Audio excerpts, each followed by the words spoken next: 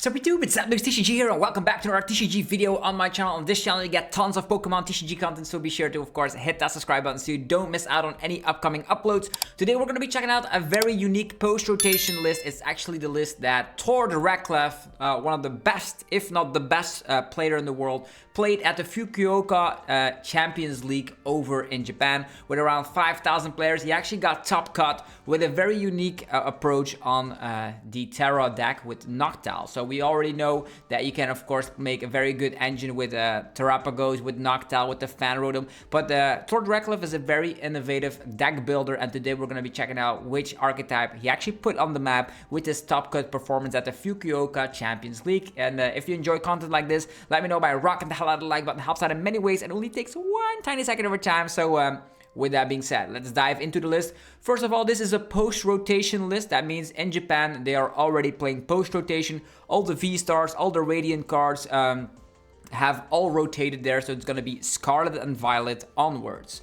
So with that being said, in this exact 60, we're going to be seeing an approach on, of course, the Tera Pokemon. More in particular, it's going to be focused on Wellspring Ogerpon as well as Pikachu EX. Those are typically the main attackers in the list, as they come with very, very powerful attacks. We have the Wellspring Ogerpon with the Torrential Pump at second attack, being able to slap 100 damage to the active and 120 damage to one of your opponent's bench Pokemon. In a format without Manaphy, this can be one of the most powerful attacks if you can get it off early on.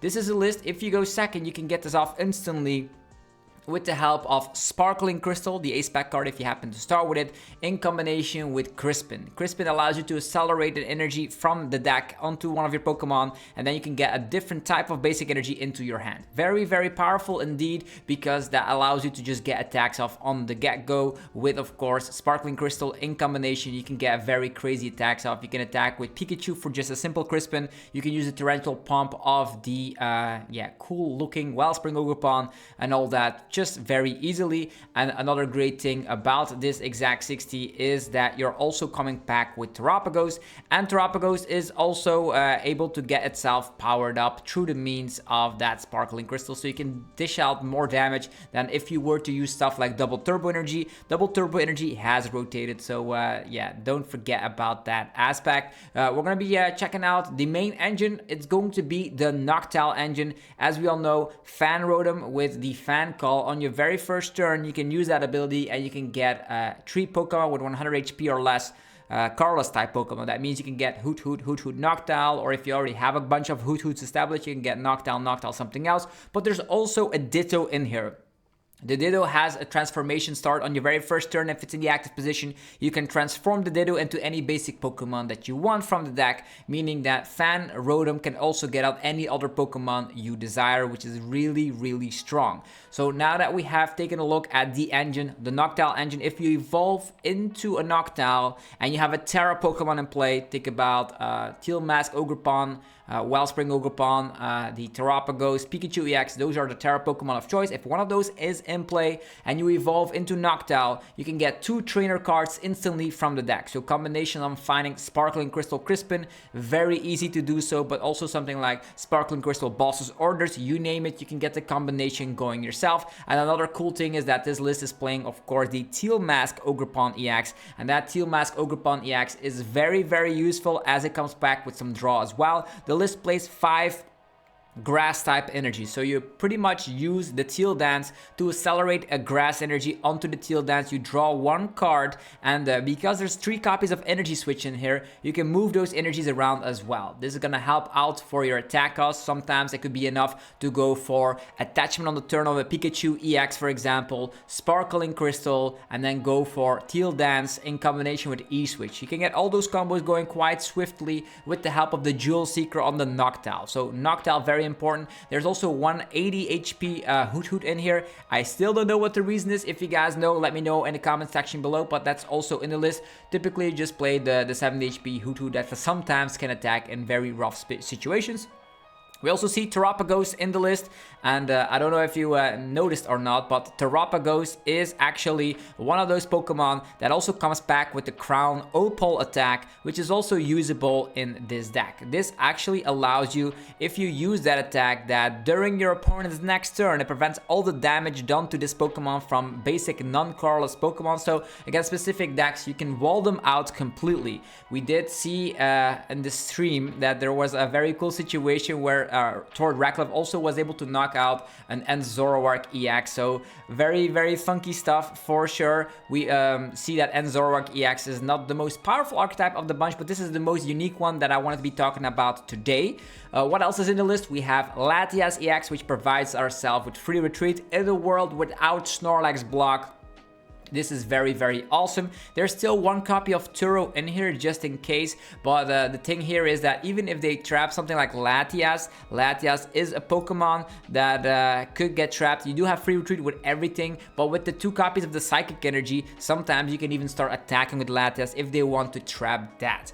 But it's always nice to live in a world without Snorlax block. Other cards are still existing, like Wellspring Ogerpon with Sup. You also have that at your disposal. If you're up against an archetype that is very difficult for you, the Sup attack on the Wellspring Ogerpon can buy yourself enough turns in order to, of course, get your setup going and until you win the game, because the Torrential Pump is just that strong in a world without Manaphy. I think it's really nice where you can snipe, you can have a crazy beat stick damage output with Pikachu EX. You can wall off a basic non-colorless Pokemon with the help of the Terapagos, and sometimes the Teal Dance can also deal enough damage to knock out stuff like Charizard EX. So pretty much this deck has it all. If you're looking for a post-rotation deck and you want to get some rep in right away, that's great. I also have one new card that is currently above the screen here, so you guys know what it's capable of doing. It actually turns every Dragon-type Pokemon into the Psychic weakness. That means stuff like Raging Bolt EX, stuff like Dragapult EX, which are still very prevalent post-rotation,